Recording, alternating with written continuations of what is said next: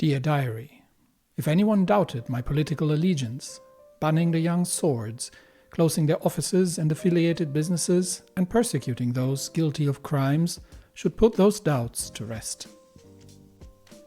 Freedom of speech is essential if we want to achieve a peaceful transition towards a socialist state, and the people must be allowed to criticize the government without fear of repercussion. How could we create a government for the people if we don't allow them to hold us accountable? But that's not who the young swords were. Granted, I've met them in the street in my youth and might harbor resentment, but even legal experts and historians agree that they were a terrorist organization seeking to cow the people into acceptance of their fascist goals. However, we cannot let those of the Red Youth who perpetrated crimes go unpunished either. But after the muted reaction from the assembly, with the exception of Mr. Kiebener, who had his attack dogs taken from him, I'm hopeful that we'll see peace return to the streets. Before we make our way into the next big task, which is the constitutional reform, let's have a quick look how the news is spinning my rejection of the Green Bill, spending scarce government resources on cleaning up the environment and making it more difficult for businesses to get out of the recession. How are they spinning that against me? Let's see. The Whole Sword Post is actually in favor. That is generally not a good sign, but the Green Act has been vetoed, a pragmatic move.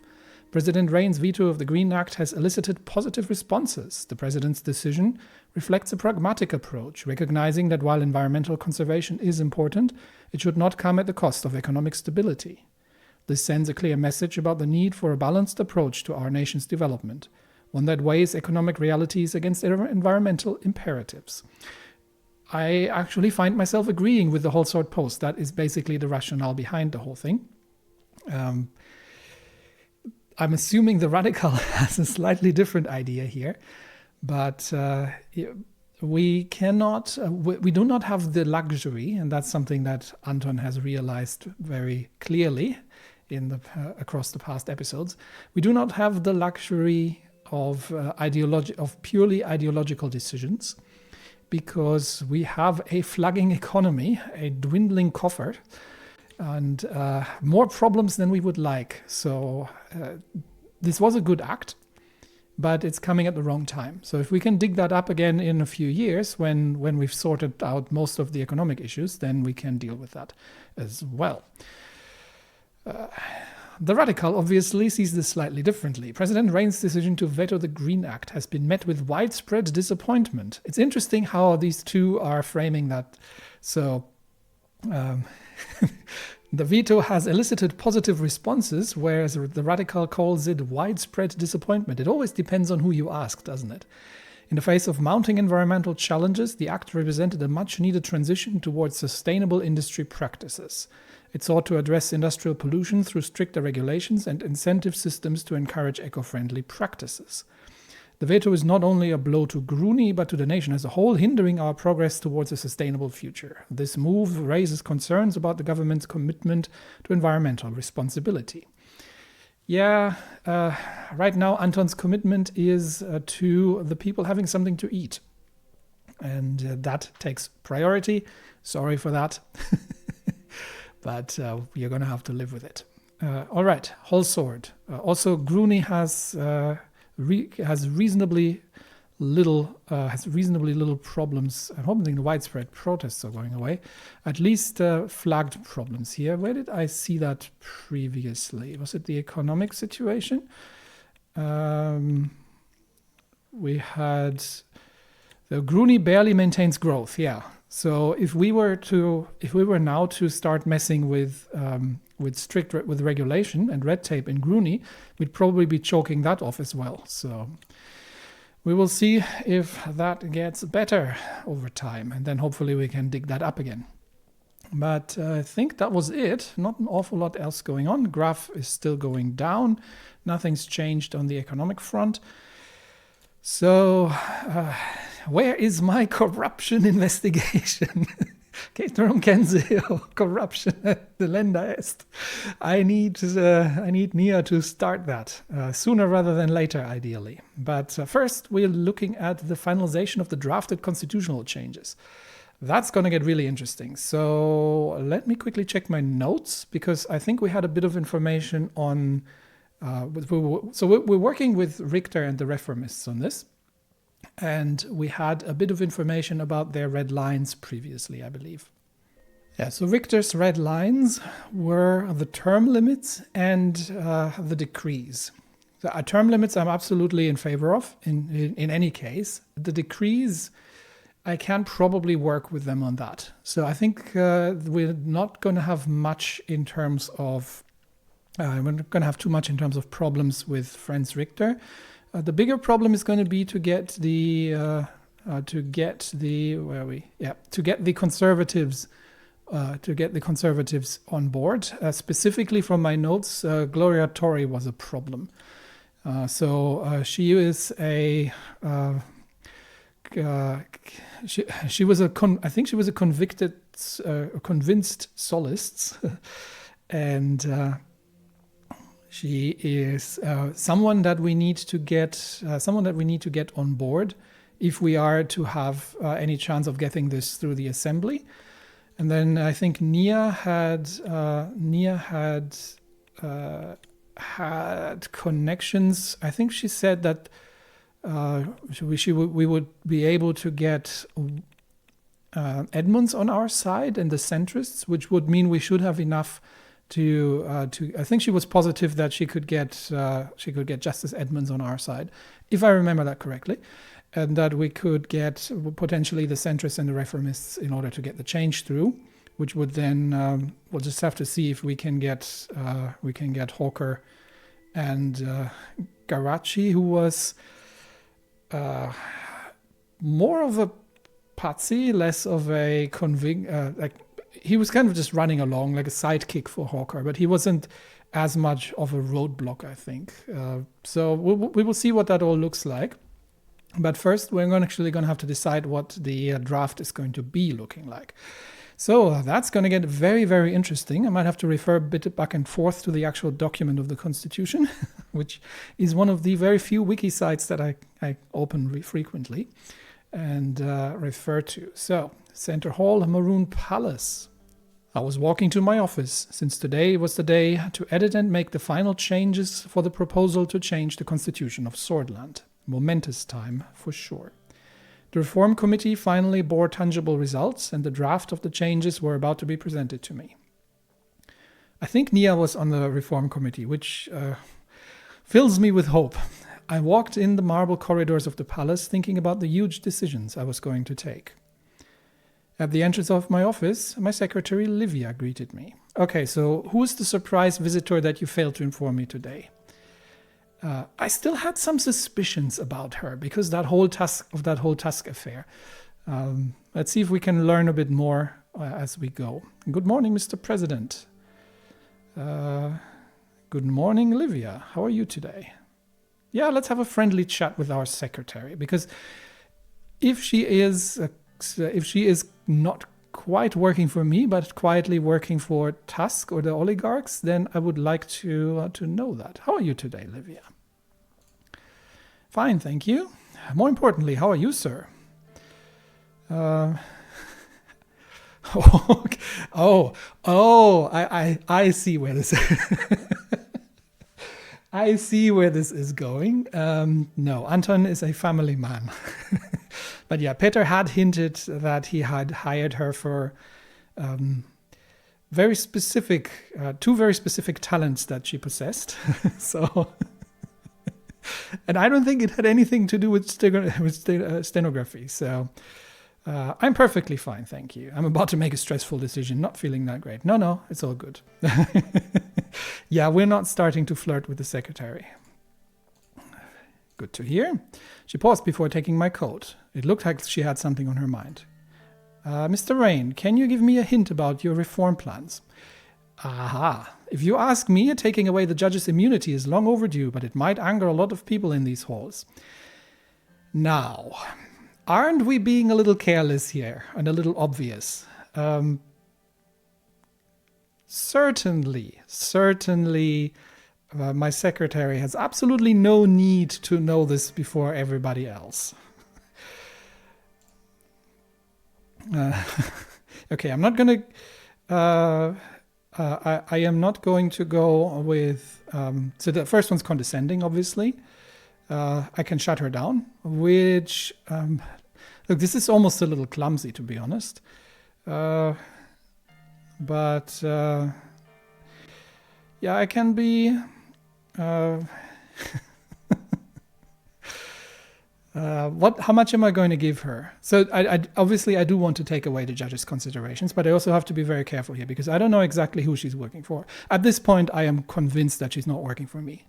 I had thought that she was working for the Lauterberg group because of how she had finagled Tusk or how she had set up Tusk for that surprise visit. And that would still work. She could also be potentially working for the old guard. So I am going to have to be a bit guarded with her because I definitely I mean, Hawker knows what's coming, right?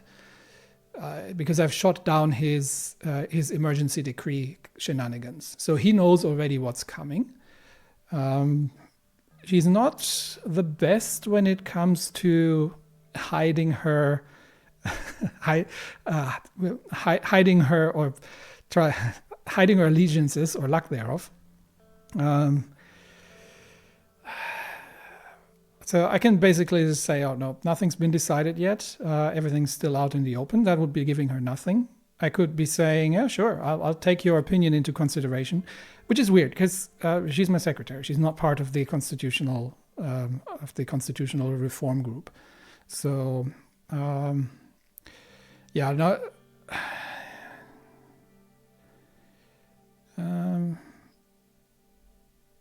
I mean, either of these two is probably fine. I'm tempted. I'm sorely tempted to not shut her down and see if she digs her hole a bit deeper, and maybe I can find out who she's actually, or get more hints towards who she's working for. So this would basically be shutting down the conversation. So I might give her a little bit of rope and give her the impression that I would be inclined to listen to her again. She could be a honey trap, to be honest. That would entirely be possible. So I would not rule that out. That she's here in order to create, or that one of her tasks besides listening in on conversations, taking a peek at paperwork, and reporting that to whoever her handlers are. She's also there to create a compromat on Anton. And so I'm sorely tempted to give her a little bit more rope to hang herself with, metaphorically speaking, and to see if I can get if I can get her to slip up and see who she's reporting to. I take that into consideration. I hope you keep me informed. I'll take your coat now. Livia left to hang up my coat. I entered my office and sat down. Not long after, Petra, Lucian, and Nia arrived. Oh, we've got the gang all together. Good morning, everybody. Good morning, Mr. President. Time to finally get this proposal going. Yes, Peter. You're usually excited. He placed the draft in front of me. After your modifications, we will be starting the process. Yeah, can we go over each of the points that are in discussion for the draft? Yes, please, because I haven't seen this. So please show me, give me information. Apart from the first two sections of decreasing the Supreme Court's authority and limiting the presidential vetoes, nothing else has been agreed on unanimously. Okay, so we've got veto limit, everyone agrees. Supreme Court authority decreased, everyone agrees. That leaves the terms, I believe, and we'll have to see what else we can get in there, because we're not going to have another go at that for quite a while. So we actually may, but we also have to take all the sensibilities into account. So let's see how that goes. We could start talking about Section 3. This is about the impeachment process of the president. Currently, in cases of high treason and breaking the Constitution, the Supreme Court may impeach and try the president. Yeah, that needs to go. Most reformists want the impeachment to be initiated by the assembly. They think they do not have any power over potential rogue presidents that would abuse their power. And they are right.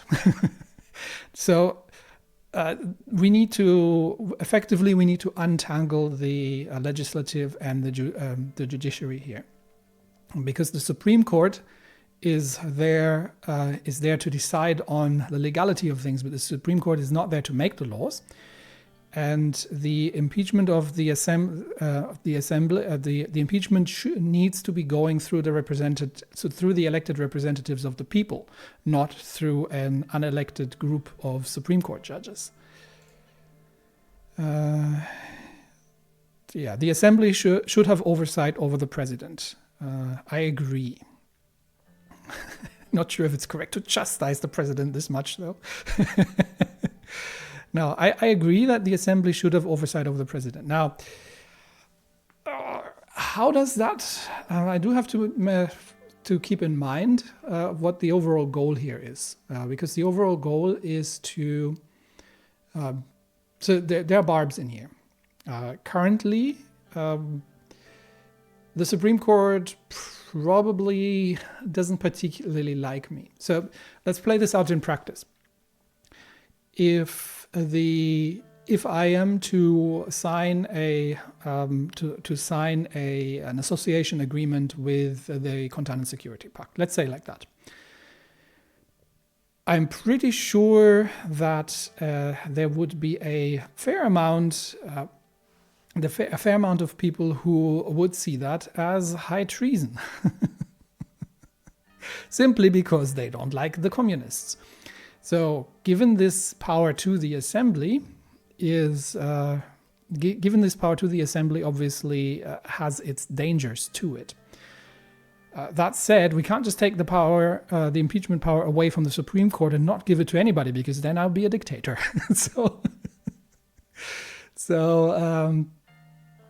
I think, the assembly should have the oversight over the president.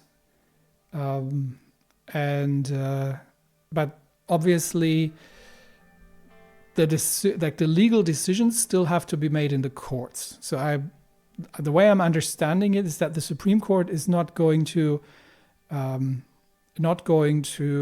do things on their own, but it's the assembly that has the oversight over the president, and that's how it should be. So the elected, if we fail, then we fail in our attempts to convince. We have to convince the people. We cannot rule. The executive cannot rule against the will of the people. If we cannot convince the people that our plans are the best for the country, then we haven't done our job right. So assembly should have oversight over the president. This law is particularly dangerous for you in this case. We will be going against the old guard, and if we prove to be successful in the assembly, they will be looking for anything they can declare unconstitutional to tackle you. All they need is the Supreme Court to impeach you. Exactly, that's why we need to get rid of it. Okay. Okay, let's not reform the Constitution then. We have options. Okay, if we don't succeed, I don't think the court can have me impeached for trying to reform the Constitution, because it's not just me, for starters, and it's not unconstitutional to try and reform the Constitution. So, plus we're going to need the majority in the Supreme Court to begin with, so that's really not an issue. Reforms are not that great of an idea. We could remove impeachment altogether. No dictatorships, please. We should define the dictatorship of the proletariat is not to be taken literally, people. We should define a better impeachment process. That's what we should do. Yes, we will be collaboratively working on the specifics. Section 4.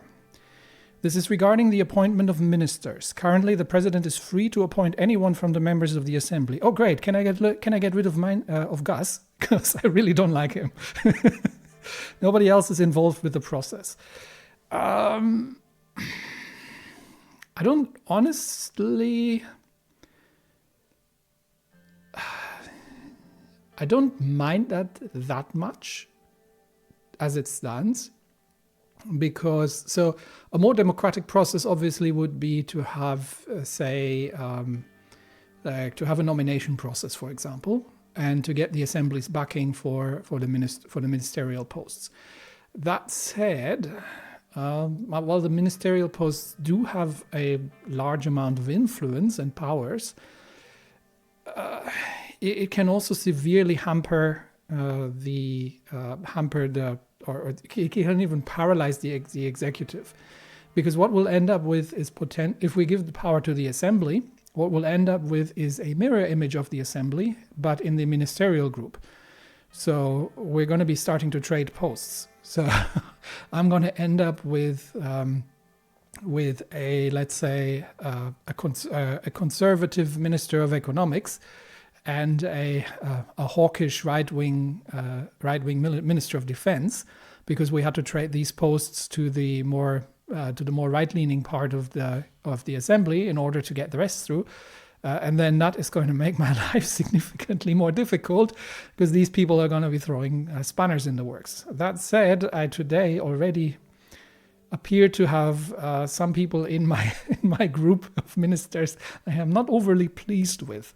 So it would certainly be the more democratic way. Let's see what options we have. There's definitely demand to involve the assembly in the process. Okay, not from Franz Richter so far. But I can imagine why the assembly wants to be involved in the process, because obviously it is a direct projection of power into the executive if the legislative can get their say in of who can and who cannot become minister. Okay.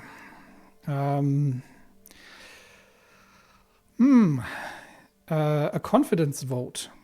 So confidence vote is an interesting concept. So that would mean effectively I would be proposing ministers, but in order for them to take up the job, they would have to get a confidence vote in the assembly. Would make working together with the assembly easier for certain, and would ensure that we're not getting, well, on the other hand, it will obviously ensure that we're not getting people into ministerial positions that the assembly can't agree with.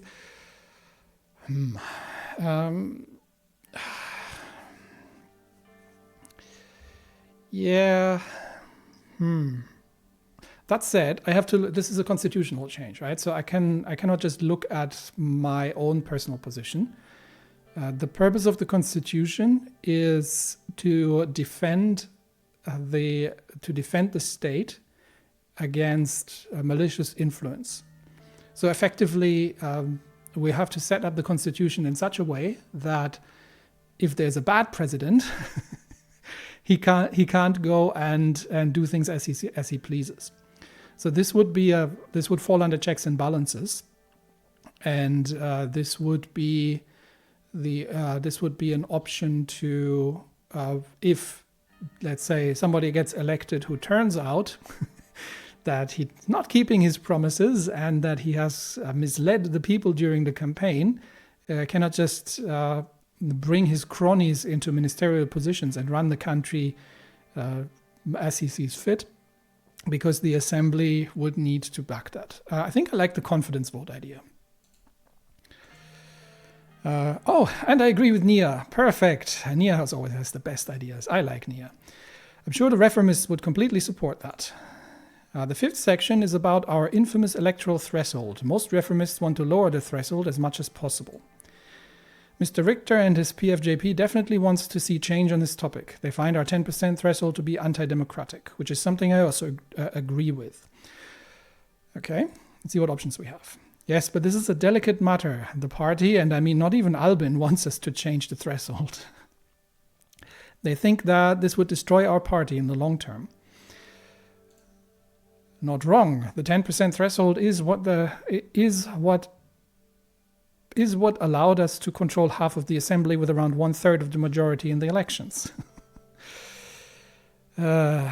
Yes. So the problem obviously is, if we're looking at the assembly, the problem is that with the 10% threshold, we're keeping a few of the smaller parties. Specifically, I believe the Communist Party was at 8% last time we checked, or the last election. So we're keeping them out, which means that the votes will be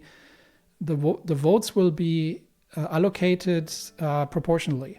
So among the rest of the parties, the advantage of the advantage of the electoral threshold is a lack of sort of fractionalism, where you get, especially on very narrow setups. So if you have an extremely narrow divide in the assembly, let's say you've got a 51, what do we got, 250, so like 100, 121, 120, or 120, 129, or 125, 126 to 124 votes, right? Let's say like that. So we've got an extremely narrow split between opposition and ruling party, which then gives these minority parties an outsized influence, because they become the sort of kingmakers, because they are needed by both sides in order to get anything either blocked or passed. And that gives them an outsized amount of influence in the assembly. So I think purely pragmatically, 10% is probably a bit high. But yeah, the USP is not going to be happy, because it'll reduce the power. And we actually currently have the majority in the assembly, which, if we are reducing that, is no longer going to be the case, which means the USP is going to have to start running coalitions. Either that, or we have to actually get enough votes. But I think, and now I'm thinking a little bit more shrewdly here, the main parties that we're going to get in are, definitely the communists, and I'm not sure about the blutish parties. I think they're currently banned, but if we were to unban them, we could get these people in as well, which would shift or in other words, the current electoral threshold is beneficial to the conservative wings, or to the more conservative wings, but is more detrimental to the far left wings, which would be in my personal interest of where I want the country to go, to get these in. So I think we should definitely work to decrease the threshold for better representation. And I think that was also the red line. Let me double check that again.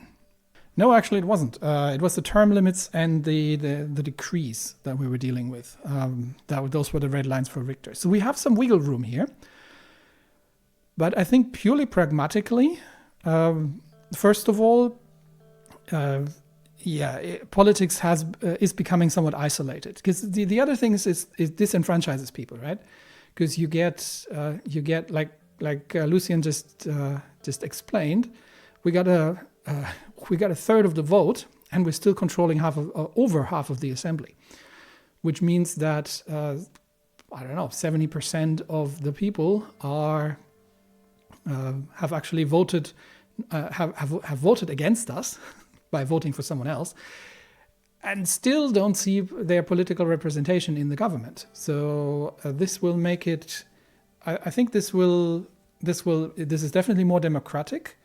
It's going to have to shift the USP more left, which I want, and it's in generally a good idea. We should definitely work to decrease the threshold for better representation. And Nia agrees with me again. Even after Sol's resignation, we still have 3 parties in the assembly. Even Kiebener's NFP is barely elected. Yeah, if we can get this guy out, that'd be good as well. Don't forget that the Communist Party and the Workers' Party of Bludia both had close to 10% vote in the last election.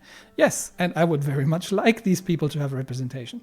Because Bludia is another one of those problems, right? If we want to solve the regional problem, then So if we want to solve the regional problem in Bergia, we need to get rid of that fiefdom that the governor is running, and we need to get these people political representation, not necessarily majority representation, but the political representation. And this will also effectively deal with the armed insurrection, because you're removing reasons for the whole thing.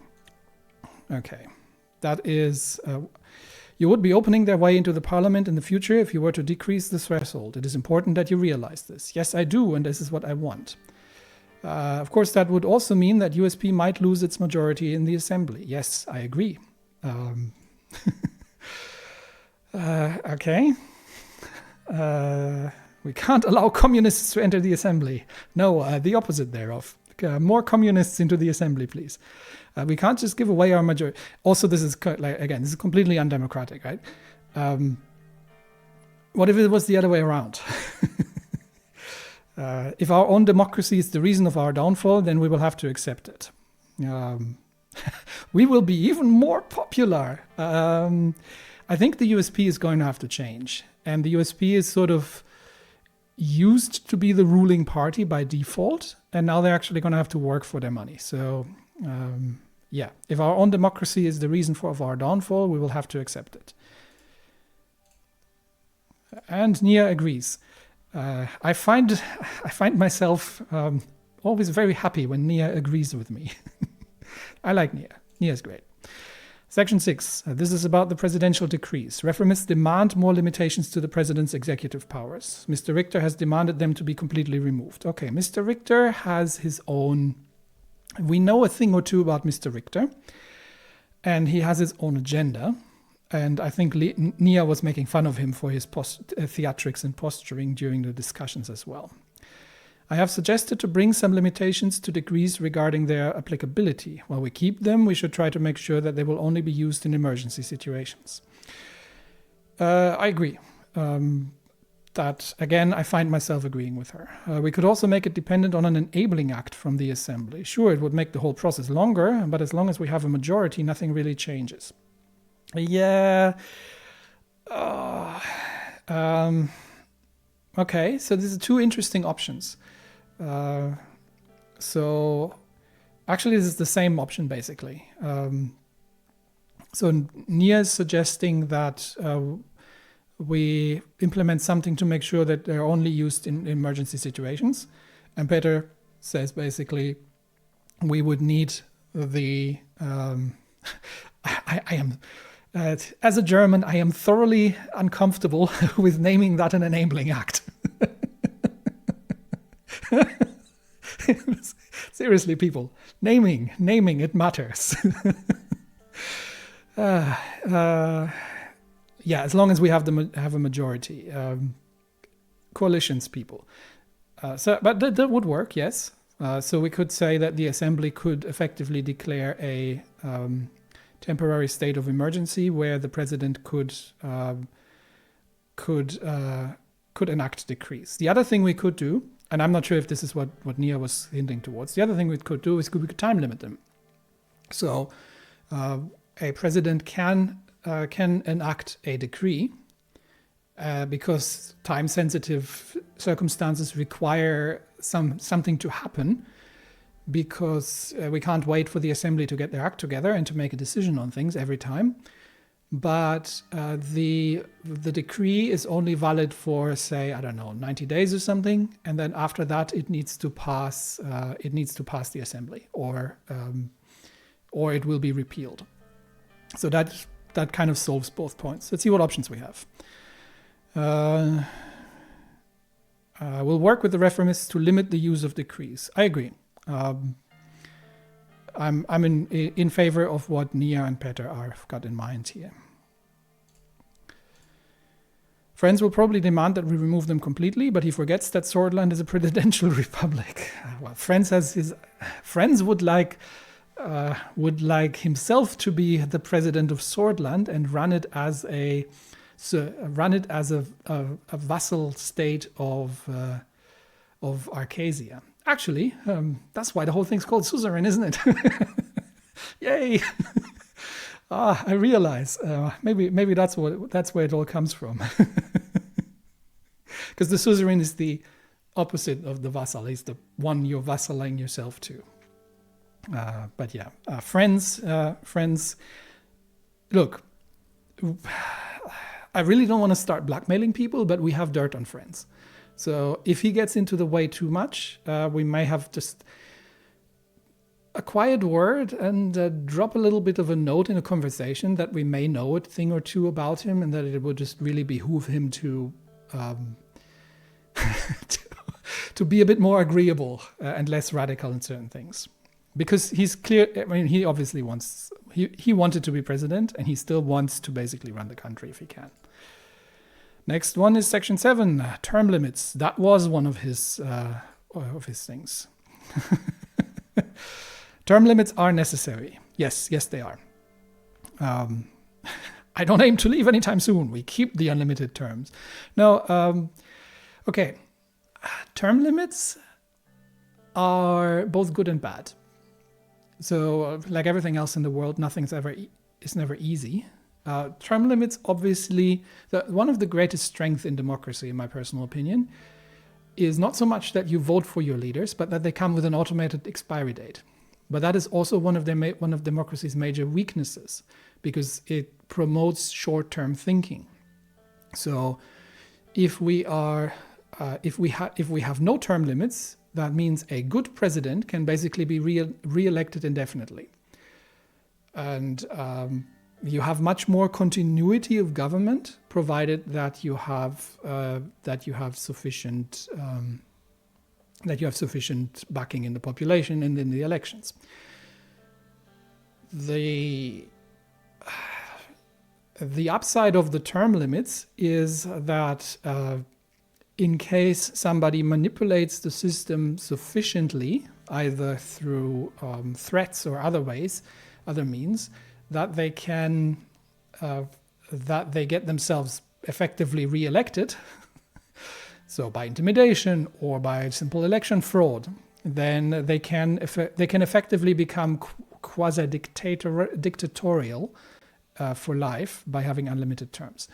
So this kind of removes this sort of personal incentive and shifts the continuity of governance more towards, I'd say, the ideological party line or the party itself, rather than a single person. I'm sort of ambivalent about it.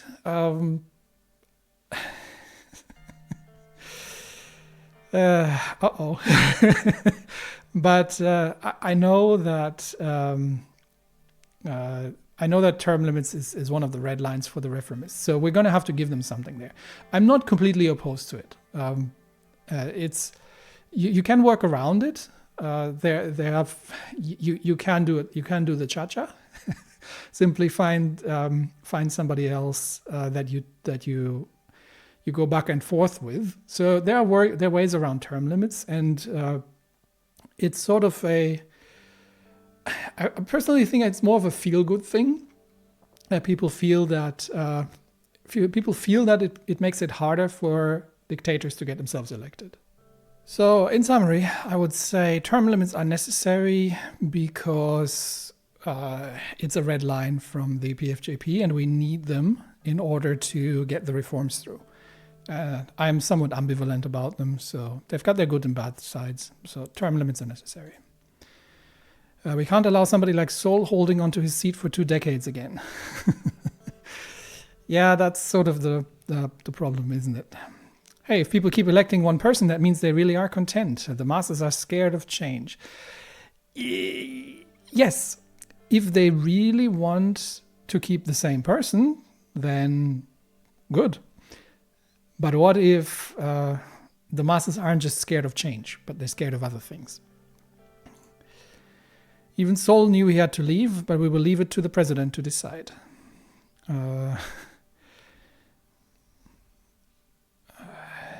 Okay. Sol decided he had to leave. He did, but it took a long time. People should be able to elect the same person if they want to. Yeah, I'll take my time and see. I don't actually see a concrete proposal right now. I mean, kind of traditional would be something like 2 terms, maybe 3, something like that. What do we got? 4-year terms? I don't actually know. Usually it's like around 4-year, 5-year terms or something. If we get a 2-term limit, that's almost a decade. So that should be enough, actually. Yes, you did. It took a long time. Now I'll move on to the 8th section. We're reaching the end. It's the question about the immunity of the judges. While the anti-old guard sentiment is increasing, there are talks that taking away their immunity would give us authority over judiciary. I do not support taking away their power for yourself, Mr. President. The judiciary must be independent and long-lasting. I agree with Nia, actually, here, because we have separation of powers. Let me review quickly what the judge's immunity section was, or what the section 8 of the Constitution actually was. Okay, so the current constitutionally guaranteed immunity is against personal liability for decisions. So effectively, you can't persecute a judge for the decisions they have made as part of their judicial duty. Yeah, the judiciary must be independent and long-lasting. I agree with that. I don't mind a constitutional, a congressional or an assembly oversight over the whole thing, if that comes into play. But yeah, we don't want authority over the judiciary. No, that is a recipe for disaster. While I agree that the current court members are problematic, this is no way to resolve it. The law is supposed to ensure the judiciary's independence by giving legal protection so they can't be pressured. Yes. Well, they need absolutely immunity in theory, but look at what really got us. We got to deal with the most corrupt Chief Justice in the world with no chance to deal with him. He does have a point. Why do I get to be impeached, but not them? I'm going to throw my toys out of the... Some of the dialogue choices, I'm telling you. Okay. How do... This is actually not a terrible idea, potentially. Although it depends on the actual process of impeachment. Because if you get a judge into the Supreme Court who is, I mean, Petra does have a point here. You get a Chief Justice who is who's lost his marbles, or who's gone off the rocker, really, and there's absolutely nothing you can do about it. Then you are, obviously Nia doesn't like that because she is on the Supreme Court. That said, the Supreme Court still doesn't just have one member. So there's something for Peter also to consider. The Supreme Court is in itself an institution with multiple members. So just because one of them is well, or two of them are causing us trouble, that doesn't necessarily mean, because the Supreme Court still has to vote by itself. Do we want an impeachment process towards the Supreme Court? Besides the fact that this answer looks like me being a petulant child here, we definitely don't want to start breaking all the institutions. Also, this is an important factor here. We need the Supreme Court to get the constitutional change through. So, in fact, this isn't actually we're not going to say that out loud, but this is actually a valid point as well. We are going to need both the Nia's faction and the other faction. What was it? We need the centrists and the reformists, all of them, in order to override the old guard, and that means even if Hawker remains Chief Justice, and he has some dirt on some people, and is generally has lost his marbles a little bit, but we would still have a majority in the Supreme Court if we can get the centrists on our side. And I think they might not be. So Nia is okay. So Nia is the head of the reformist group, and if even she's uncomfortable with removing the immunity, I think touching that is not a great idea, because most certainly that would push the centrists out and make it, and probably even lead to the Supreme Court killing the constitutional reform. Now, I think it's not worth it just to get Old Man Hawker out of there. If we can get, we're already removing their powers in unilaterally impeaching the president. So why do I get to be impeached? Sorry, this is such a Trumpian thing to say, but this is even older than that. So we should respect their immunity. That might be the best thing to do for now. If we agitate the court further, we might lose our chances with Mrs. Edmonds as well. Exactly what I was thinking, Nia. And the last one is the question about Sol's legacy. Hang on, what happened to the Bergia special zone? That is part of the Constitution, at least according to the wiki. Can we remove that, please? Why don't we get that included?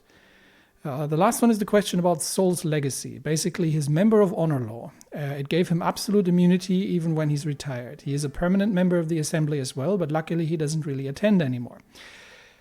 Now, here is a really, really interesting thought. And that's actually something that I've come across in the current debates in the United States, where one of the arguments that I've heard being made from scholars was that starting to persecute former presidents is setting a dangerous precedent, because it significantly increases the incentive of a president to never become a former president. So effectively, presidential immunity, while it sounds unjust, is similar in that way to the immunity of the judges, in that a president should not necessarily be persecuted afterwards, because that raises a strong incentive for the next president to, make sure that he remains president, lest his opposition retaliates against him afterwards. So, do we? There's obviously another thing here. So, he's a member of honor. Give him absolute immunity when he's retired. Yes, he's a permanent member of the assembly as well, but luckily he doesn't really attend anymore. Of course, Sol still has outsized influence, given his given his role in the past. That said, if we're being pragmatic here, is that really, what is really the impact of that? Of course, there are still the group of the Solists, and that is the conservative, probably center-right faction, which we need anyway behind us in votes for things, and they're going to be quite unhappy with other things. So how much do we gain by removing Sol is my question here. Let's see what options we have. According to the Constitution, the member of honor not only has legal immunity, but the state also covers most of their expenses, as well as providing security at all times. It can only be given to someone by an absolute majority vote in the assembly and the approval of the president. Okay, so we could have additional members of honor. That's why only Tarkin Sol has that title. He gave it to himself right after his military coup. This law is basically made to save the colonel, and it has a symbolic importance for Swordland because of it. Yes, but Tarkin Sol is an old man. Tarkin Sol isn't going to be around for much longer. Can we live with? Do we need? Because it's not about the man. It's about what he symbolizes. Should we destroy that? Because if we do that, we are sincerely going to lose the conservative right vote for things? Or are we going to be pragmatic about it and we're effectively sidelining him into the dustbin of history as some sort of idealized founding father? We give him his little island retreat for where he can live out the rest of his days in peace, and then he becomes the sort of mythical founding figure, and whatever his legacy becomes after that. And and with that, we buy ourselves the support of the conservatives for now. We must get. Okay. Okay, so this is Nia's pet peeve. I see. Nia's been extremely pragmatic so far, but this is where she draws. This is the hill she chooses to die on. I see. Okay. So the problem here, I would assume, is going to be Gloria Torre, if I remember correctly, because I think she was. We're going to need her. She's going to cause us all kinds of problems if we can't get her on our side, because we're not going to get the conservative vote, and we might not get the necessary majority in the assembly if we don't get her to help us. Let me check my notes on that actually quickly. Yeah, it's even worse because she's actually under so Hawker has some manner of control over her. I'm not sure if it was bribes. I think it wasn't particularly clear, so I took note of both possibilities. She was either bribed, or she was, or he had some dirt on her but we definitely need her on our side in order to get this whole thing through. So I think this is this is Nia's ideological weak spot. Of course, she is looking at, she wants justice, but can we afford? I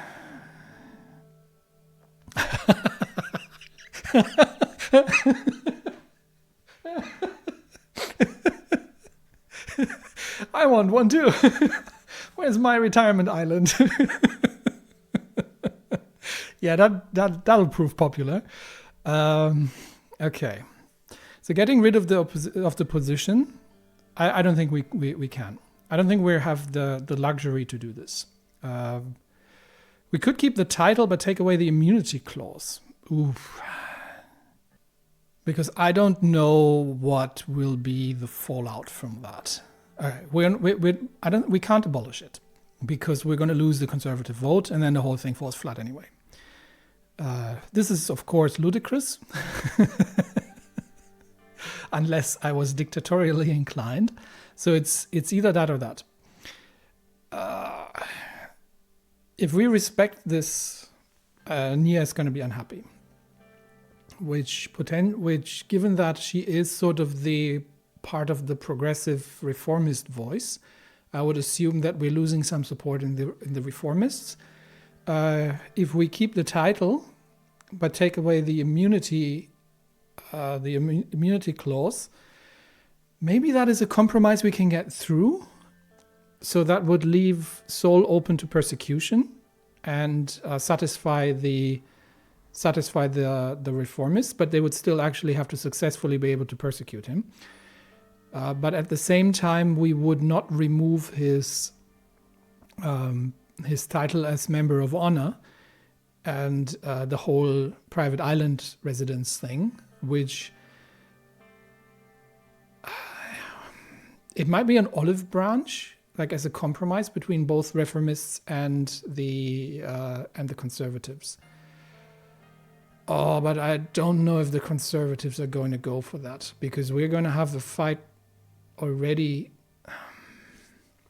See, the problem I'm having is, or the problem I'm thinking of is, this is all hypothetical if the constitutional reform doesn't go through, because nothing's going to change if we don't get the conservative vote. So, can we live with the injustice of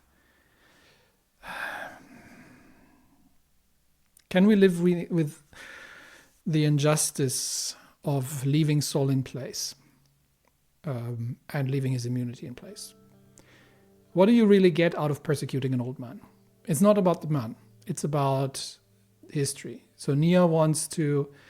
On the other hand, Nia also speaks for the people to a degree. So if we are standing...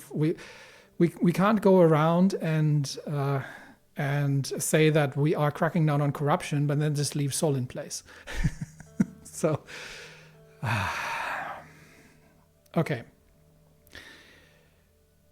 I'm going to risk it with a compromise. We could keep the title, but take away the immunity clause. And we may have to... I don't know if this is final, but we may have to give ground later on if this becomes an absolute no-go for the Conservatives. So let's do it like that. We'll suggest a compromise, and we will see if we can get that through the Conservative vote. That would be enough to hold him accountable for his actions, but why would you want to keep such a title, Mr. President? I'm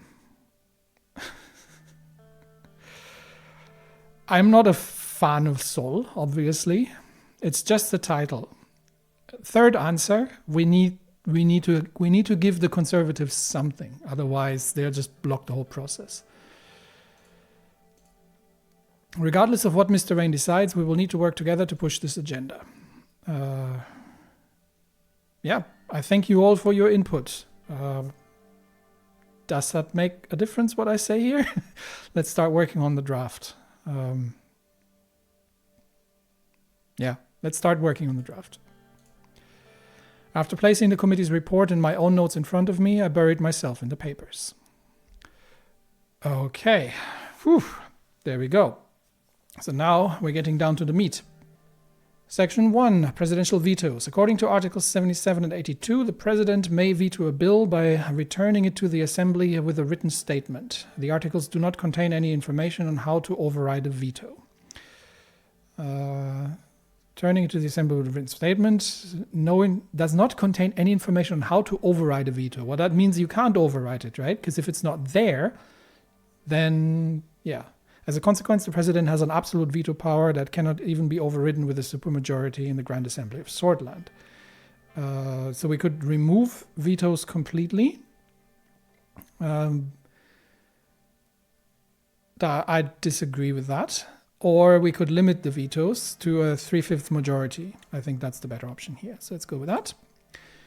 Constitutional amendment process. According to Article 5 of the Constitution, an amendment that has the support of at least 150 signatures may be proposed to the Grand National Assembly.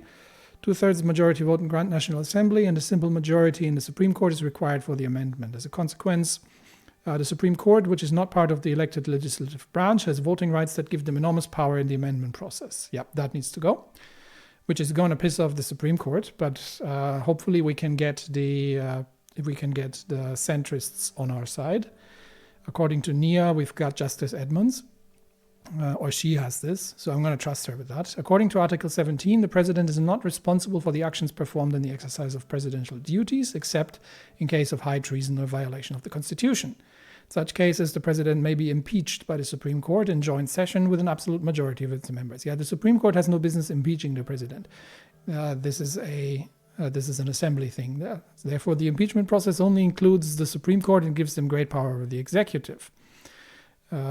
Assembly and the Supreme Court may impeach with majority in both. There we go. That's more like it. So they got to get the Assembly on that as well. Appointment of ministers. According to Constitution, the President appoints the ministers. How did I end up with Gus in that position then?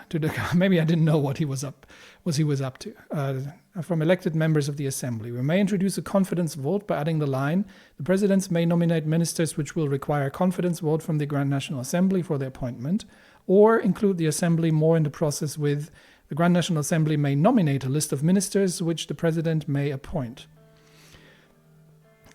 Okay, confidence vote is from my side. I'm effectively, I can pick whomever I want, but I have to convince the Assembly that they can be that I have to pick someone who the assembly will give their vote of confidence, or we do it the other way around, that the assembly the second one is dangerous because it doesn't specify how many options there have to be in that list, and it could potentially, which the president may appoint. So this could also lead into a deadlock situation where the assembly presents a list of one person for a job, and I do not wish to appoint that person, so I end up without a minister. No, I like the confidence vote better. So let's go with that. Confidence vote is required. Electoral threshold. According to Article 50, a political party needs a minimum of 10%. We talked about this. The votes of the parties who pass the threshold are redistributed proportionally, meaning USP, which currently holds the lead, would be the main beneficiary. Decreasing the threshold may allow the Workers' Party of Bludia and the Communist Party of Swordland to be elected in the next elections. I am banking on it, actually. 3% is too low, I think, because that'll get us a lot of small fractional parties in. 8% sounds like, this is a bit of a sneaky one, I think. 8% is probably more palatable by not bringing too many small parties in. But yeah, this is going to be a hard one for the Conservatives to swallow for the USP. We're going down to 8%. That's where we're going with.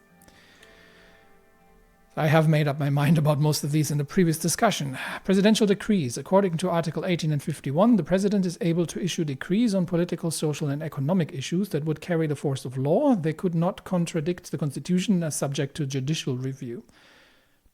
Again, why judicial review? Therefore, the president may issue decrees on many subjects without going through the GNA. However, the assembly may pass legislation on the same subject to override presidential decrees. Okay, interesting. We may include the assembly in the process by requiring an enabling act from the assembly to be able to enact decrees or remove them completely, making the assembly the sole lawmaking authority. What was I thinking on that? I think decrees was one of those. We actually wanted.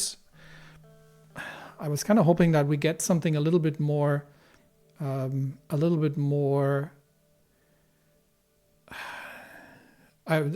detailed, because I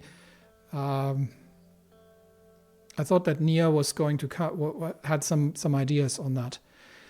President may issue decrees in many subjects without going through GNA.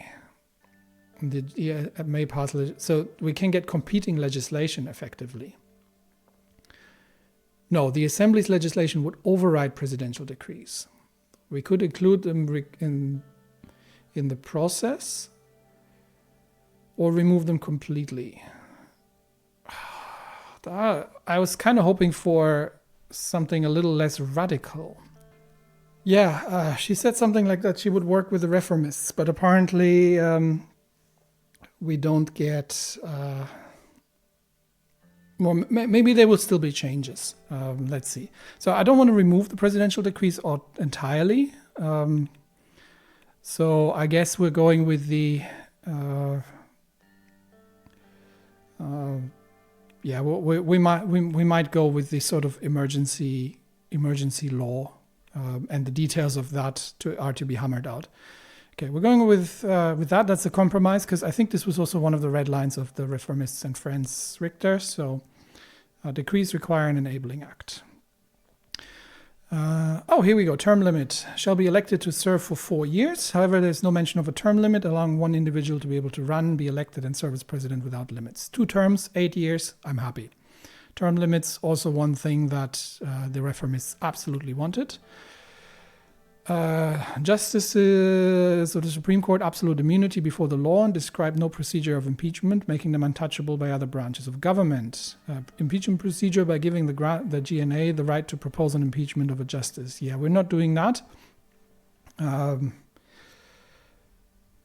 Because the legal grounds of unconstitutional behavior. The GNA is not the judiciary. So we need Edmunds. And in order to not spook her even further, we're leaving that as is. And then we come And then we come to this. Article 99 of the Constitution defines the member of honor title and the rights the members may exercise. This is Sol's. I cannot be targeted by my own country's law, personal protection law. Given control of their own personal security team provided by the state's presidential guards, the member is also eligible to live in a special private residence provided by the state for free. And the only person who holds the title is Tarkin Sol. Where is my Bergia special zone law? It could be that the wiki is wrong and this isn't actually part of the Constitution, in which case it would explain why it's not in here. We said we were going to remove the immunity of the member of honor as a compromise, and that will be our draft. It's a draft, so I'm fully assuming that if there is severe objection, I'm hoping that if there's severe objection from some of the interested parties, that they would, we would effectively rework the draft until everybody is happy with it, rather than it, oh no, somebody objected to it, now you completely failed and you can never fix the Constitution kind of scenario. But let's see how this turns out. But yeah, I'm going to go with the compromise here, remove immunity of the member of honor. But leave the title intact to give as an olive branch to the Conservatives. So let's finish that. Yes. After I made the final changes, I showed it to my team. They read the changes and discussed it among themselves. Lucian spoke afterwards. Looks like the amendments are ready to be proposed. But I have to say this too. The new electoral threshold will be really difficult for the party to accept. Our guys are not fond of that idea. That's true. It will be tough to get all of their support. Some of our members may try to openly fight against this.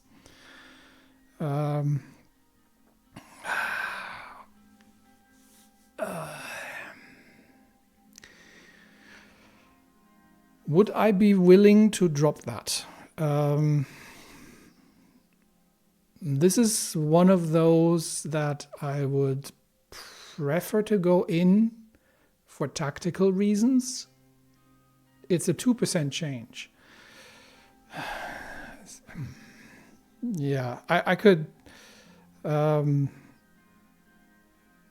We could try and just figure it out, or I could say that if the whole process hangs on that, I'm prepared to reconsider it.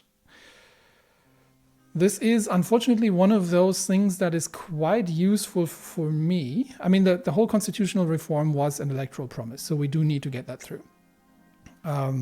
This is one of those that would get me additional support for my future political direction. But it would it would probably get me support from the Communist Party, and it would be an olive branch towards Bergia. This is kind of important, I believe, to start including these parties. But if it comes to the point that it's going to if it comes to the point that the whole reform process fails because of that, then we will have to reconsider it.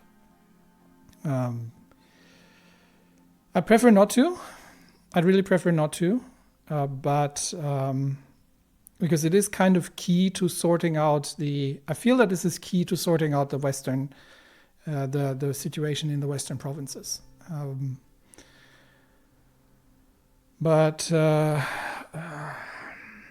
Yeah, look, if this ends up being the linchpin on the whole thing, then if it comes to that, I'll be prepared to reconsider. We will all do our best to make it work. Thank you. Any other comments before we proceed? I don't think I have any problems with the changes. Neither does Nia. Looks like we can proceed immediately. I will personally work on the wording of this proposal with my handpicked legal experts. Thank you, Nia. Maybe that's why we don't have an anti-corruption task force, because she's actually busy with the Constitution. Bugger. I would have preferred to do that the other way around, as usual, but it is what it is.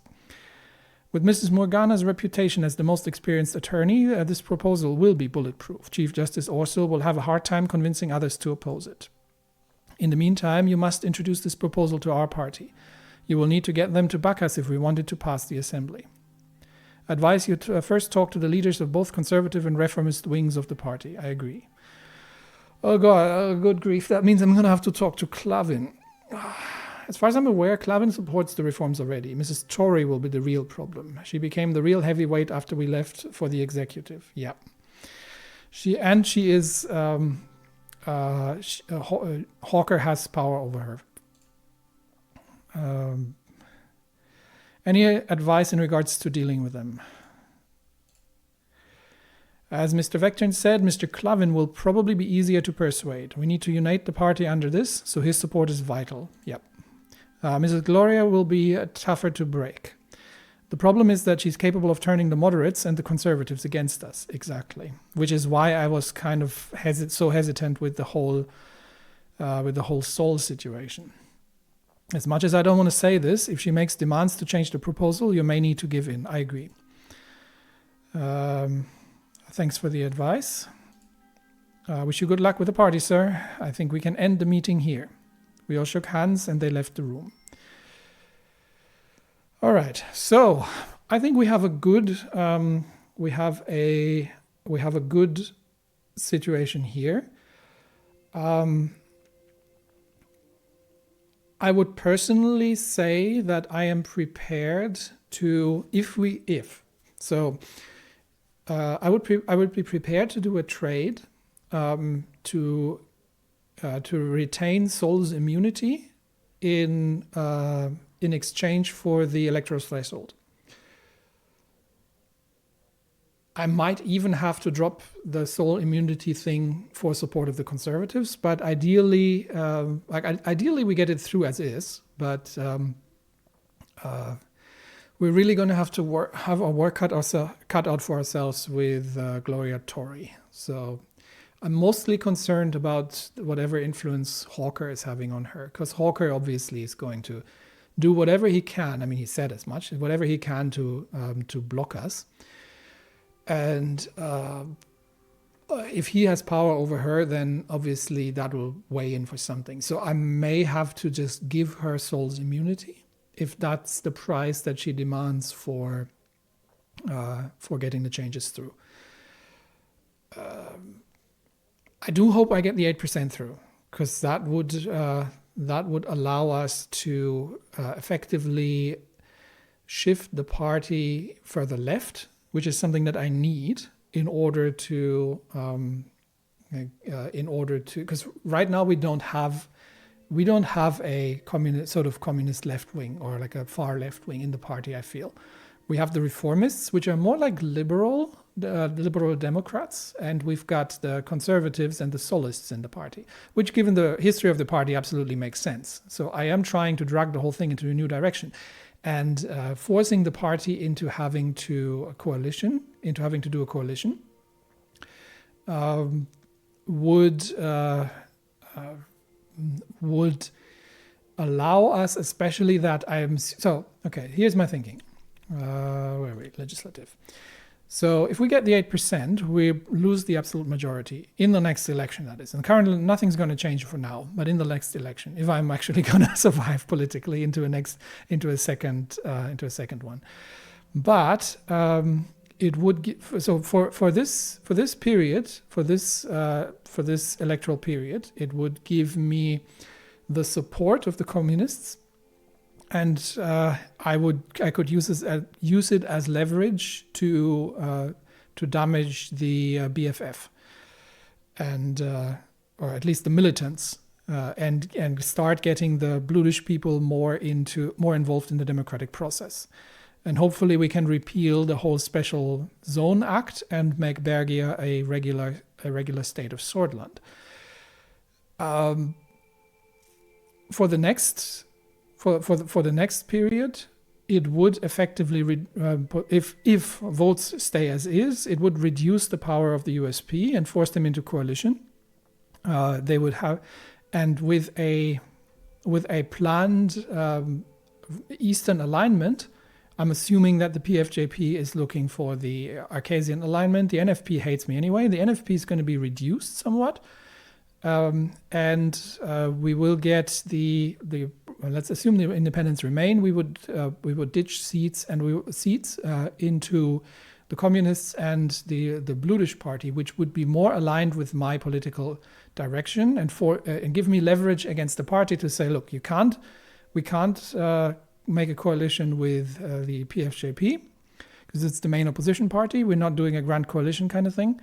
But nationalists out of the question. But we can make a coalition with the communists and the Bluish party, and we're starting to shift the sentiment inside the party more further left. That's kind of my thinking here, and we'll see if I get through with that.